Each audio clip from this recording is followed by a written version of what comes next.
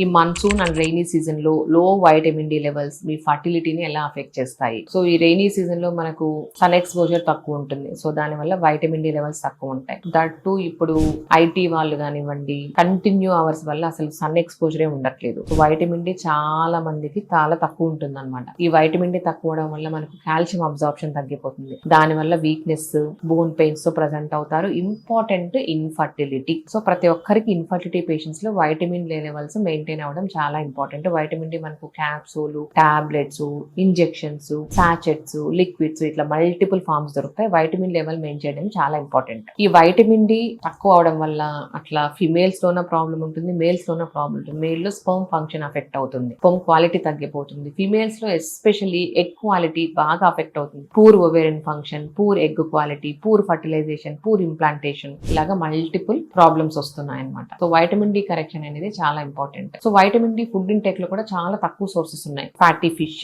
Eggs, fortified foods. So వీటన్నిటికంటే daily sun exposure ఒక 15 to 20 minutes sun exposure, that to in the mornings. దాని వల్ల మనకు vitamin D sufficient levels ఈజీగా maintain చేసుకోవచ్చు అనమాట.